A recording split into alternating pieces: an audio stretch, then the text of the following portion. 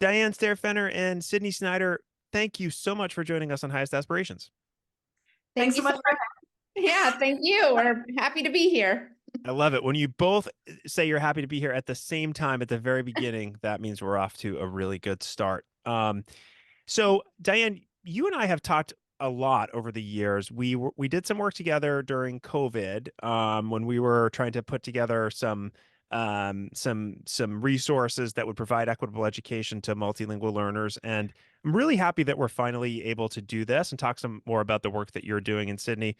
We just met, but I'm excited to have you on board as well and talk about the work that you're doing. So I want to start by level setting with both of you about some terminology because the terminology in this field can be overwhelming for folks. So some people you may be able to skip ahead, but others I just want to kind of level set and make sure we're good to go on the terminology. So take a moment to define what you mean by two really important sort of terms that we're going to use in this episode. And one is sentence level and one is discourse level. Great. So I'm going to start off. I'm Diane Fenner, and I'm going to start off with a little bit about sentence level, and then Sydney will share about discourse level. Great. So just giving a little bit more context, our framework for sentence level and discourse level academic language is based on the WIDA 2020 English Language Development Standards. Mm-hmm. So, and just a little bit about, why we did this. So we delved deeper into these two levels since we noticed this is an area in which a lot of teachers need additional support. Teachers usually feel more comfortable working with vocabulary, so word and phrase level, but we wanted to explore more sentence and discourse level work to support teachers. So that said, sentence level, it really looks at the grammar and syntax that multilingual learners need to acquire academic language and to be able to access complex tasks and concepts. So, and to be able to also engage with their peers and teachers. And so WIDA defines sentence level academic language as grammatical complexity of language. And it includes simple, complex, compound sentences, coordinating and subordinating conjunctions, dependent and independent clauses. And that was a mouthful. Yeah, that's a lot of grammar talk. That is a lot of grammar. Yeah. Yeah, so we really don't want teachers to be afraid of the grammar or feel overwhelmed by that. So we're glad that later on we're going to be talking about very specific strategies of how these can be applied. Absolutely. I'm a bit of a grammar nerd, so this is all like music to my ears, and it reminds me of my classroom days. But yes, I was just going to say we will dive in to that. Sorry to interrupt, Sydney. You wanted to talk, I think, about the discourse level. Right. So discourse is really how texts are organized. And when we say text, it could be like an essay, but it could also be a speech or, there's that oral aspect to it. So we want to have a broad definition of what text can be. So how do ideas hang together throughout a text? And what are the cohesive devices that are used? Basically, when we're thinking about our multilingual learners, we want them to think about how, for example, does a poem look different than a lab report? Mm-hmm. And we want that not only so that they're able to access those and digest those when they're engaging with different type of texts, but also when they're producing that so that they know those features, those discourse features, and they're able to use them in their production. WIDA also talks about genre families. So thinking about how a descriptive text is going to look different from a persuasive text, for example. And again, those are aspects that we want students to be familiar with. Sure.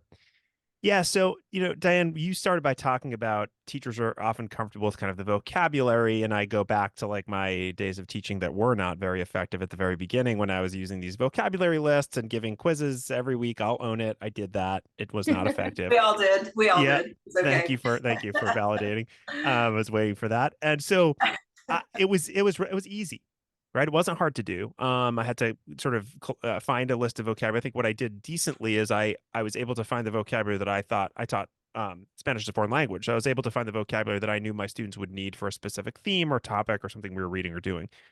But it took me a long time to get beyond that. And even when I did get beyond that, I was probably doing a lot of the things that you were just talking about at the sentence and discourse level, but I didn't have a structure for it. I didn't have any definitions for it. And that's why I think that this conversation is really important. Even for those teachers who are doing it to sort of, it's not just a label, right? It's like a structure to follow, which I think is really important. Which kind of leads me to my next question, and that is that, like, and I'll preface it by saying that we talk a lot about academic language on the podcast and obviously at Elevation in general. I know you do too. And one thing that we know is it can be really tricky. It can be ambiguous, which is not uncommon in many topics in education. And it's not a one size fits all approach. And the landscape is constantly changing. So, given that context, my question is, how should educators go about increasing their awareness of the academic language that their students need to access content? I led this by saying, like, I was pretty good at finding out the vocabulary that the students needed, but how do you take that to the next level and sort of personalize it for your own students? Right. Yeah. And you really hit the nail on the head. It can be tricky. It can be ambiguous. And we our books and our work are all about developing practical tools for teachers, because we've been in the classroom before and we know that we don't want teachers to have to reinvent the wheel all of the time. So, we developed a few tools to help teachers, figure out, to help them have a framework for where do they want to begin, what their entry point will be with academic language. Not everybody's a grammar nerd like you were, Steve. So a lot of teachers do need some extra support to feel better and to feel like a little bit more comfortable with working at sentence level grammar and syntax, for example. So raising awareness about what you want to prioritize, what you want to focus on, is really key. And we always suggest that teachers raise awareness. They determine what their priority area or areas might be at the sentence and discourse levels with academic language, and that they embed mini lessons into their instruction of content and language for multilingual learners. They're crucial and critical for MLs, but they're going to benefit all students having this extra support. So that said, so there are a couple of tools that really help raise awareness. And one is called a checklist. This is also very catchy. Checklist for increasing academic language awareness. And to really helps teachers understand the academic language demands of a text that they're going to be working with at all different levels. And so they can then determine what features of academic language are going to be important to teach. And then our second tool is called a checklist for supporting multilingual learners' academic language development, specifically in speaking and writing. Really, zeroing in on those two modalities, those two domains of language, and it helps teachers brainstorm how they can integrate academic language instruction in these areas. So we always share that teachers shouldn't use these tools in isolation. They should be within a framework of collaboration. And so these tools really help support English language development or ELD teachers and content teachers to come together and to brainstorm and prioritize and plan together. And we also really implore our administrators to set aside a time and space for this collaboration to happen. And so in this way, they can co-construct and decide on what's the essential language that our multilingual learners need to engage with their content. And so another area we want teachers to be able to collaborate around is developing language objectives that are aligned to content goals and objectives. So what do students need to be able to do with language to effectively demonstrate their understanding of the content? So do they have to argue, explain, compare, for example?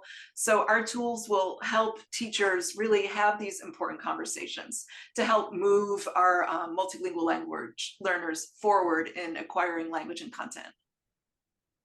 Yeah. And I'll say, like, and Sydney, if you have anything to add, jump in anytime. But I wanted to say that in the book, Unlocking Multilingual Learners' Potential, the second edition, I read the chapter that we're sort of referring to today. And like, I sort of, I mean, I really wanted you to talk about those checklists, because for me, as I said earlier, like, as somebody who I think kind of figured this out on my own a little bit, to an extent, certainly not to the extent that you have written in the book, those checklists were like really, really useful for me. So I just want to reiterate that those are super useful and very user friendly as well. And correct me if I'm wrong, but it seems like the book in every chapter has those and follows that same sort of pattern, Right. which I think is great. And then I'll let you respond in a second, but I also, just before I forget, the collaboration piece, we're going to get to that next. Talk a bit like about how we not work in silos. So I want to make sure that folks know that we're going to dive into that as well a little bit more in more detail. But I want to give you a chance to respond to what I said about the chapters, make sure I'm right, and just maybe give folks like an idea of how they're set up. Right. Yeah. Every chapter does have a good number of checklists that help readers to take the content and apply it to their context.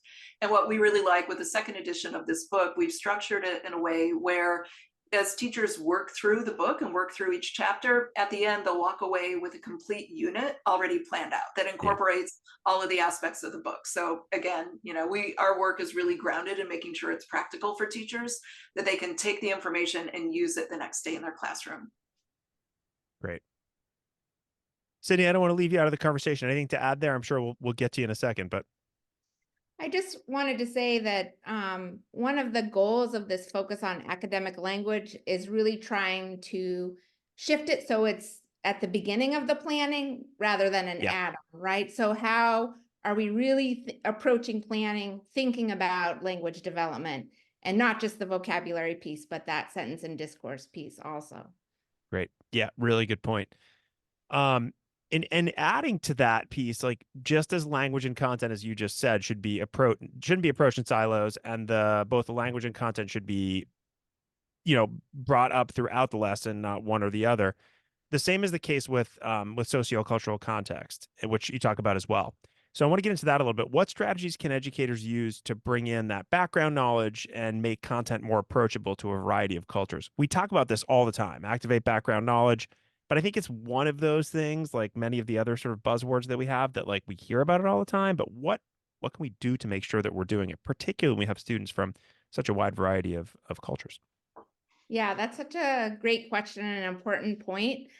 So we really have at a foundation of our work is that our students come to us with assets. So we always want to be starting with what they're bringing to the classroom. By the way, I was gonna say, and I can't resist. I'm gonna say it because I can't resist. Like I was gonna say, the another one of those sort of buzzwords that we hear all the time is asset-based approach, which is great and phenomenal. But I'm excited because now you're gonna get into what it is that we can do to take advantage of those assets and make the content more approachable. Sorry, I couldn't resist because I was gonna say No, that right before you I'm said glad. it. No, I think that's so true, right? What does that really mean? And Exactly. I think what it means is we know our students very well, so we know we're able to bring in what their prior experiences, we're able to bring in their culture.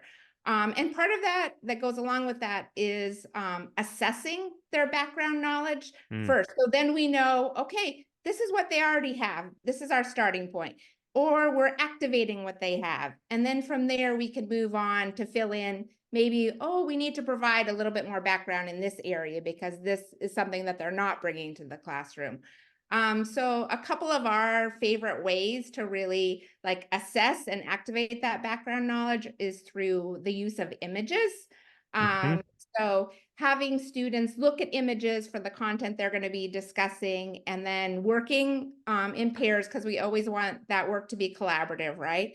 Discussing what do they see in the images? What does it remind them of? What Yeah. questions do they have? Harvard Project Zero has that. I hmm see, I think, I wonder.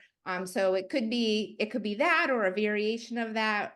It could be a gallery walk where they're looking at images and adding comments as they walk around in pairs. So I think images are a great way to kind of assess and activate that background knowledge. Another great way is through the idea of a concept sort, where you can have different either key phrases, and you might even include visuals if you have students that are at lower levels of proficiency, and you ask them to work in pairs or groups to sort into categories. And it could be categories you're providing connected to the content, or you could ask them, once they're familiar, they could come up with their own categories. But again, you're looking for, oh, what ideas do they already have about this topic? What are they already bringing? What misconceptions do they have? And then that can really guide your work. Another really important thing that we think is really checking in with students about what works well from them. hmm So when you try out these strategies, ask them, how did you like this? Did this help you start thinking about this topic we're going to be exploring? What could we do differently to really make clear to students the goals of those activities? Yeah. Particularly love the last one. Just quick surveys. Those can be exit tickets, and you can do it in a variety of different ways. But I think that's great. Or just informal conversations, like you mentioned. the images I have to kind of bring back another personal experience that I had. And again, this is teaching Spanish as a foreign language, but I used to use images, and this is kind of a funny story. I think it'll age me a little bit, but like I started teaching a long time ago, and I taught for 17 years. And when I was teaching, people were still using those when I started, those overhead projectors with like the transparent screens. People who are younger may not even know what that is, but you're both sort of nodding, so you know what I'm talking about. And they started to throw them away because we got better technology.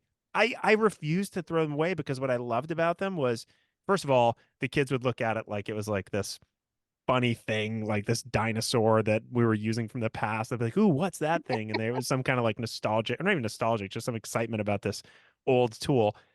But with images, it was fun to put the little transparent piece on. You could kind of draw on it. I know you can do this all digitally. I get it.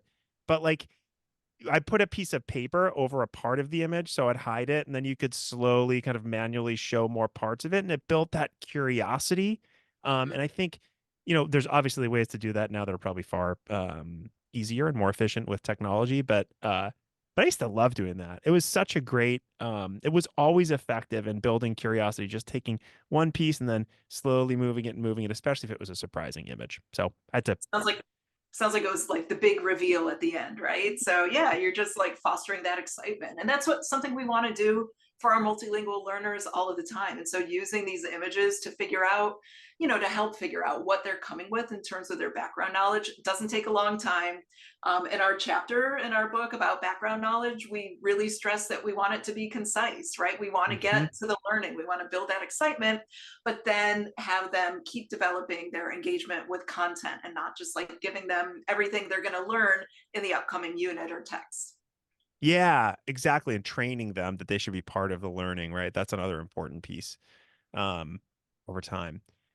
So I think we're kind of doing this now, but I want to get into some strategies, like some of your favorites. So I kind of have two questions here, but I'll blend them into one. And that is like, I'd love to hear going back to the teaching academic language at the sentence level and teaching academic language at the discourse level. What are one or two of your sort of favorite strategies um, Yeah, for sure. each one? So people can kind of walk away with some ideas, and then I always say the purpose of this if you're listening to this, you're not going to remember everything, but maybe this will guide you to go somewhere to actually implement this. Yeah, great. So I'll do a couple about the sentence level, and then Sydney will share a couple on the discourse level. So I guess I'm the sentence lady. Um, Perfect. so yeah, so I'll share like one of our first go-tos that we love, that we adapted and from Wong Fillmore, and Fillmore is unpacking juicy sentences. There are different ways to do this, but it really helps you find a challenging or a complex sentence in an authentic text, and you help students focus on it and break it down and help them deconstruct it and then reconstruct it in their own words. So we, as Sydney shared, we want them working together and they're chunking in their own words a complex sentence, to then it really heightens their awareness of the structures of the sentence, how language helps them make meaning from that sentence. They can do this in a gallery walk. They can compare each other's sentences. They can incorporate visuals to really have it be their own and to be creative. And also we want to encourage them, when appropriate, to use home language as well to really support this work, to make meaning of English at the sentence level. Love that. Yeah, and another strategy we love is from Katie Topple, which is called Structured Sentence Books. So she is very intentional about creating some sentence frames or sentence stems that really encourage students to use a structure that she wants. Like, let's say a complex sentence, a cause and effect sentence. And then she has individual pieces of paper that students fill in to really construct more complex ideas. And these stems are all related to the content being taught or a text the students are working on. And then she compiles these individual pieces into a book. So then students can see each other's work, and it's really helping them become more familiar with the construct that she wants to teach. Love that. And that, I just to hit on that a little bit. I'm familiar with Katie Topple's work. We've collaborated a little bit in the past. And that like that's another example of going beyond the vocabulary list and having a structure to somebody's done that work really, really well. And now you can steal it and it's totally fine. And I think that's really, really not a nice way to kind of get at that complex stuff. That's hard to do. You need to create all those structures, but don't reinvent the wheel. They've already been created, and they've been created by somebody who does really great work with it. Yeah, and it's not stealing if you cite their work. So we love Katie's work and we cite her and she's in our new book. So Great. 100%. Thanks yeah, for adding that on. I don't yeah. want to get in trouble. I don't want Katie to come after me. I also, something that I really appreciate about that strategy is I think that sentence stems are used a lot as a scaffold. We see them in a lot of classes, but thinking about how we are just more purposeful about their use. Yeah. So we're increasing academic language use. So we're increasing complexity. And I just think that's such an important piece of that. For sure. Yeah, but oh, sorry, I'm just going to add in, yeah, like when we work with teachers and when we do, just kind of ongoing coaching and professional learning, we really want teachers to be able to voice why did they choose this one, this one support for a multilingual learner, right? So really that intentionality that Sydney mentioned is so key than just throwing a bunch of sentence stems at them and hoping they work. So really knowing why they're doing it and what they hope to accomplish. And then going back and seeing, was it effective and what Did would it I work? do? Yeah. Yep. So I'll share a couple of discourse strategies. One that we really like is a sequencing activity. And this can be done with a paragraph, or it could be done with a speech or an essay. And the way this is done is the teacher divides up. So if you're doing a paragraph, you have a sentence strips basically, and students are asked to work together to put the paragraph in order. And then they're asked to look at why did they put it in that order? What were the clues? So again, we're helping them think about how ideas connect across a passage or across a text, and what are those clues that we use? And sometimes when we're doing this, we have those traditional sequencing words that we rely on: first, second, then next. But we want students to be looking at other clues too, like what's pronoun use? What do they notice about ideas building on each other? And really start to recognize how that sequencing varies depending on the type of text it is. Love it. So that's one strategy. Another is the use of mentor text, which in some ways is similar to the juicy sentence, where students are asked to kind of analyze, using guiding questions, the language in a text. And again, you want to be selective in your text. Choose texts that really get at what you're trying to have students work on. What is the focus of that? So if it's cause and effect language, what's the text that you're going to choose about that? And have students analyze that text to think about the language choices the author made, to really think about how they can apply that in their own writing, or how they can approach that if they are approaching a similar text. And then they can recreate their own text, right? Their own examples using that. Maybe you create an anchor chart with those kinds of language functions, and then they can work from that. Yeah, before we go, those are great examples. Thanks for sharing them. And there's many, many more, obviously, in the book and in the specific chapter, but and really out there everywhere. But I want to emphasize that the intentionality behind all of this, because we've used words like anchor chart, sentence stem, asset-based approach. We can go on, and those are things that are used and that people know about. I feel like where we take the next level, and I keep going back to this vocabulary list example, but I think it's pertinent. I think where we sometimes stumble is taking the next step, and the next step is that intentionality. And everything that you've brought up goes back to being intentional, not only with the lesson and the unit, but the specific student and what they bring and what they may lack and what they may need, mostly what they bring. And I just really appreciate that. I saw that in the chapter, and I'm hearing it more and more as we kind of dive in. And that's more rare. That's not as common as it should be, I think. What's your take on that? Am I right on that, or am I being too negative? No, I think you're really true. I think as we see more packaged curriculum, honestly, and there's so many resources there, right? So it's easier for a teacher to go in, okay, this is what I'm teaching today. And I think that if we don't spend that time at the beginning of a unit really thinking about where we're headed with our students, then we're just not going to support them in making the same kind of language development, right? Because we want to be building in these types of activities throughout the unit. Yeah, and Sydney, just, noticing what Sydney said about the time, right? It does take time, and it's Yeah. going to take a little bit more time in your planning, really, to have, like Sid mentioned earlier, making sure that it's focused around academic language, but getting into the intentionality behind it. It might take you some extra effort to really drill down on what you're hoping to achieve, and knowing your students, knowing what they come with. But it's really just going to pay off so much in the long run if you can voice the why behind what you're doing in the classroom. Yeah. I'm getting a little philosophical here, but I can't help but think like, Sydney, when you talked about these kind of built curriculums, or kind of, I guess I'd consider them kind of plug and play, which really doesn't work very well. Um, it comes back to, and we're all sort of in this world of AI now, and things can be done for us, and there's a lot of noise. And what cuts through that noise? What's the signal that cuts through? And it's the humanity. It's the and that in education, I think, comes through with personalization, differentiation, understanding who your students are, making connections. Over the course of the pandemic, I feel like every other episode that I did was about developing relationships with students and their families. And you're talk without saying that. Well, you've said it a few times, but you're talking about that, and I think that's really important.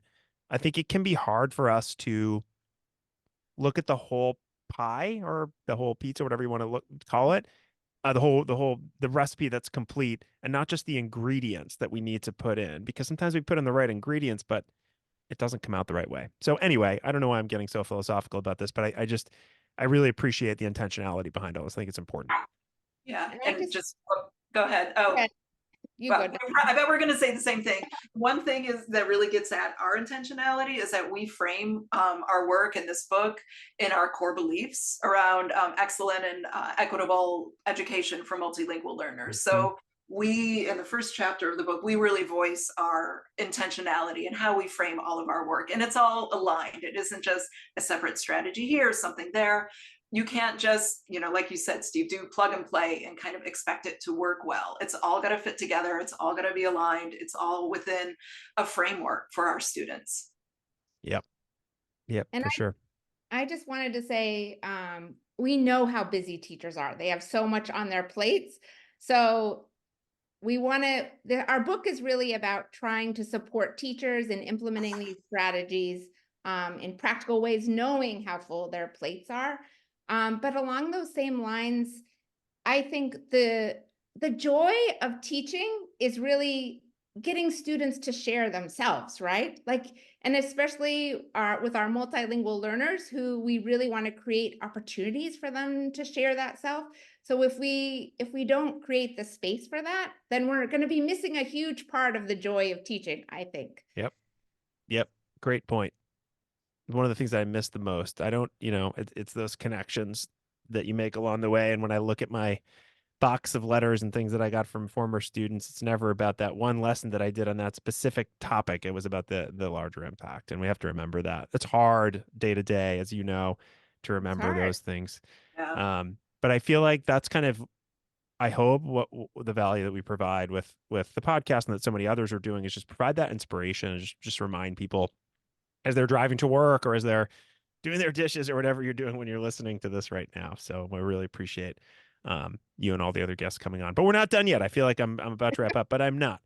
So I would be remiss if we didn't talk a little bit about the resources and the considerations that you have for newcomers and students with limited or formal education, life students. That's always been a big issue and a big, part of what we do, but it's becoming bigger now as more teachers who have never worked with newcomers or life students before need to work with them and have the privilege and excitement of working with them, but need the resources to kind of do what we've been talking about this whole time. So my question is, what advice would you give an educator who may be comfortable, like they got this academic language thing down at the sentence and discourse levels, but how do they sort of level up to, maybe it's not leveling up, how do they help support teaching newcomers or life students? Right. So I think that everything we've been talking about is important for all students, but it becomes particularly important when we're talking about newcomer students or students with interrupted or limited formal education. So we know that it's urgent that we provide them with scaffolding, right? So really thinking about what they need.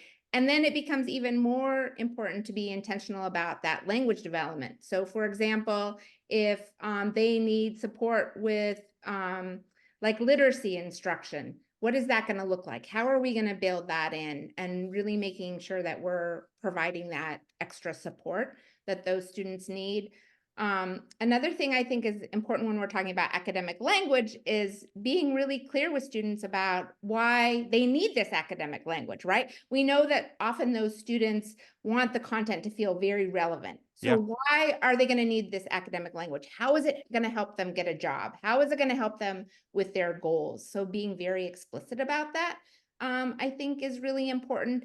And then just working really hard to build those relationships. So we always have that as a foundation.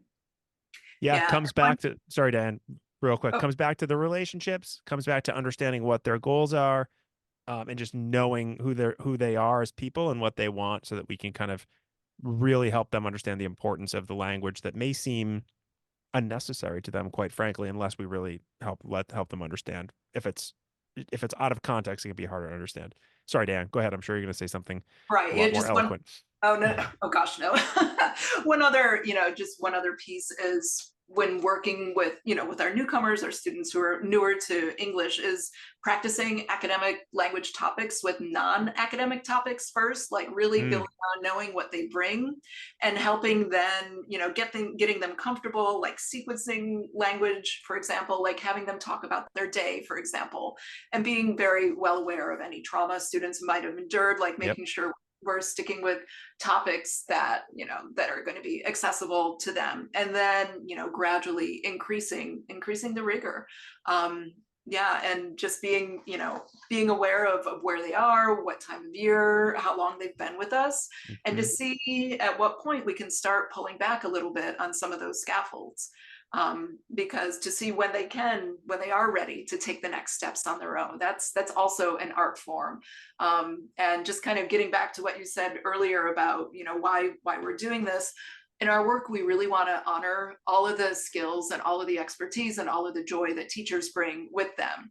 And so, in our work, we really provide a space for teachers to take what they see and to make it their own, for them to be creative and to bring their creativity into, even if we're providing a checklist, we say to teachers all the time, take it, use it, make it your own, Yeah. use these materials, use them as they are, or just adapt them. And hopefully, we know that teachers are doing that, and we love to see examples of how they've taken these materials. So I've kind of gone off on a tangent.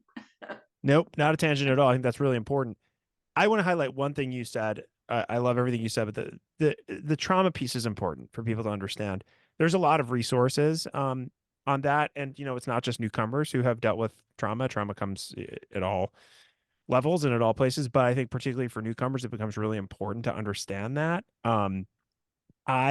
We have tons of resources on that in our EL community, so folks can Google that, or not Google it. They can search. I don't know why I said that. They can search for it in our community. We've done podcasts on it, as well as put a lot of blog posts and did a lot of work on that, particularly over the course of the pandemic, when trauma was something that still is, but was on everyone's mind. So I'm glad you mentioned that. So at one point, I talked about how I wanted to get back into this idea of collaboration and not working in silos. And a big part of that is sort of leveraging the different strengths that teachers have to collaborate with one another. And in this case, to collaborate on bringing academic language into content instructions. So I kind of just asked a question without asking a question. How do we do that? How can sort of school, district, instructional leaders at various levels create a system that really leverages? We talk about taking an asset-based approach with our students, but with our teachers as well, that work with our students. Right, and it should be, really, it should be the expectation that this collaboration is going to take place, and there has to be a time and a space for it. It's got to be built into teachers' schedules, and it's got to be modeled, at the school level and really reinforced. So also, there's got to be a way, if if we're working, for example, with academic language, we really want to center its use, right? And that the expectation is that all teachers are going to be teaching academic language at the sentence and discourse levels to multilingual learners and to all learners.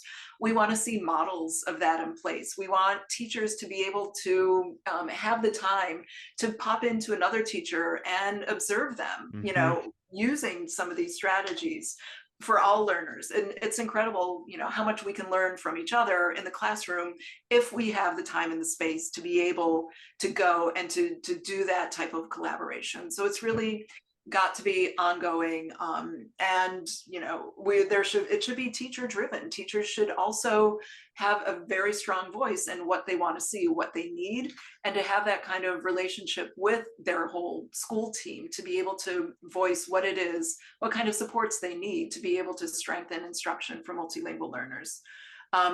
Another way that we've seen, and we've been very fortunate in working with some districts on, is developing a strategic plan or a master plan for multilingual learners, which really brings in various stakeholders from the community, not only the school, but also the community, the school, the district, the community, bringing in parents and students to voice what's important to them, to move instruction forward so their students and families feel they belong, that they are a vital part of the school community. So we've seen and help districts either develop their first master plan or revise a current one.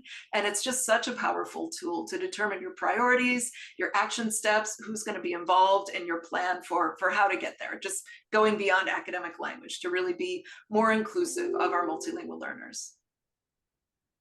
Yeah, we have seen that. I've seen that both as an educator myself and here at Elevation, how a master plan or a strategic plan can help you, a good one, can help you incorporate resources and put together strategies that are not just put in place because you happen to have them. That's the case with tech quite a bit. Oh, we have this tool, let's use it. But, it's like I think it's the Noam Chomsky quote, it's like a hammer. Hammer can be used for a variety of different things. It can be used to build a house. It can be used to do harm. We have to figure out, and I think a strategic plan, a master plan does that. It's not just about technology, but like what pieces of the puzzle do you have, where to put them. It's amazing how much better things operate when that's in place. And then the teacher voice also, I think that's really important. It's easier for a teacher to have a voice and to express what they're looking for if they are involved in creating that master plan or strategic plan. Anything to add, Sydney? I was just thinking about something that I wanted to say for your last question about newcomers and connecting it to this.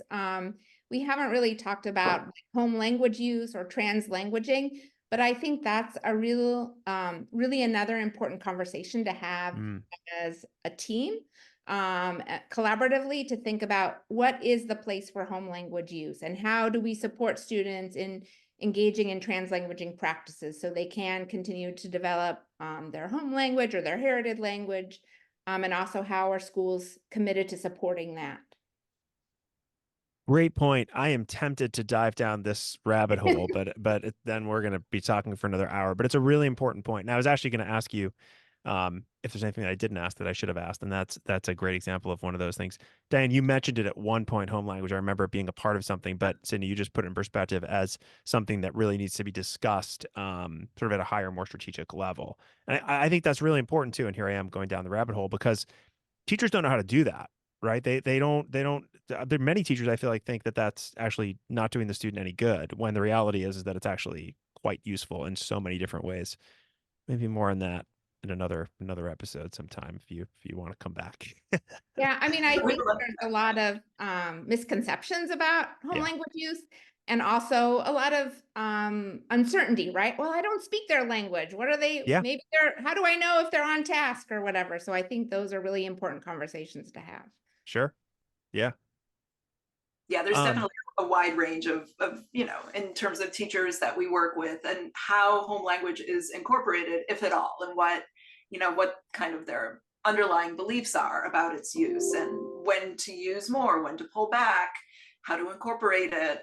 Yeah, just so many questions. So that'll be for our next podcast. Yeah, I mean the legacy of English only too just kind of like haunts us in many ways. I think in many places. I think that's changing, which is great. But The research certainly says that does not work. Okay, so I want to wrap it up here. Be respectful of everyone's time, but and I you have so many resources.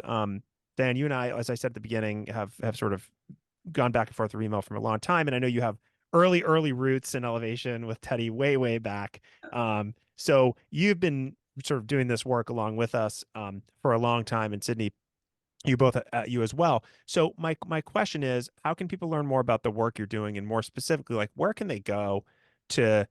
I mean, I get your emails. There's tons of information that you send over. So where can they go to get information from you first? If they want to get the book, what's the first step? Yeah, just one thing I want to just stood out that you said was that I do go way back with Teddy Rice. So way before he even started Elevation, I did a presentation at a TESOL convention, and he approached me at the end. He's like, "Hey, I've kind of got this idea. I'd love to get your feedback on it." And we kind of went from there. And that was a very long time ago. So I was just so so thrilled and inspired to see how far you all have come, and with your intent has always been to support students and teachers. So it's wonderful how well we overlap, Yeah. And yeah. So anyway, where can you go? So we have a website, supported.com. So we have just a ton of free material on there. All of our, now we call them printables, but all of, many of our tools, our checklists. We've done so many free webinars. Those are also on our website, supported.com. Through our books. So we have several books now and growing, not just this one, but previous books, and we have, upcoming books as well. As you mentioned, Steve, we do have a newsletter that you can sign up for on our website. So just about every week, we'll send you a free tool or an article or a link to a webinar, or, any type of support that we provide teachers, and all of it is free on our website. Great. Yeah, good stuff. I can vouch for it. I get the emails, and I obviously have read at least thoroughly one of the chapters in the book. Speaking of books, my last question is a question that we ask everyone, and that is, what are you reading, or what have you read that has had an important influence on you, either personally or professionally, that you might recommend to somebody listening? Yeah, I can start. So, so this is not a podcast about books. It was really hard. This is like the hardest question Sydney and I was going back and forth. That's what everyone says. And I'll say at the beginning, I had limited both of you to one, which is cruel of me, but that's where we are. I know, I'm going between one I read a long time ago and one I read recently. So I think I'm going to go for the long time ago one. Good. So way back when I was starting my first teaching job in the US, so I had taught previously in Germany and Mexico, but my first job in the US was in rural North Carolina. So I was an ESL teacher out in a trailer that I shared with the speech pathologist. And so at that time I read Savage Inequalities by Jonathan Coates, also an oldie, but it just spoke to me, and I'm like, oh, this is what I'm dealing with. So, it deals with just individual districts and funding and how that looks for students, and just such the wide variation that I just lived every day back then when I was teaching out in North Carolina. But at the same time, I had just a wonderful principal who supported my work and who really wanted to do what was right, for the multilingual learners. So that's my book that really kind of influenced who I was, my stance as an ally and an advocate for multilingual learners. So I could choose many more books, but that's the one I'll stick with. Great. That's a great one. And I appreciate you going back. I think that's always fun. How about you, Sydney? Yeah, I'm going to share a novel that I read more recently. It's called True Biz by Sarah Novich. And it takes place at a boarding school for deaf students. Huh. And what I love about this novel is the author does a lot to integrate history of ASL, history of deaf culture, variations on ASL. So I just found it an amazing reminder of the complexities of culture, the complexities of language, and how much we really need to be learning about our students. And I also saw her, I watched a Q&A that she did, and she talked about her part of her reason for writing the book, where she was in Philadelphia and she came across a group of students who were signing, and she talked about feeling at home, that feeling of home. And I think that's something in our work with students and families we want to be cultivating for them, right? What can we do to really, Diane talked about that sense of belonging. And I think we do it through the materials, the curriculum materials we choose, by, like we said, tapping into that background knowledge, creating a space where families have an opportunity to share with us their concerns and questions. And I just think that's so important of a goal to hold on to in our work. Beautiful.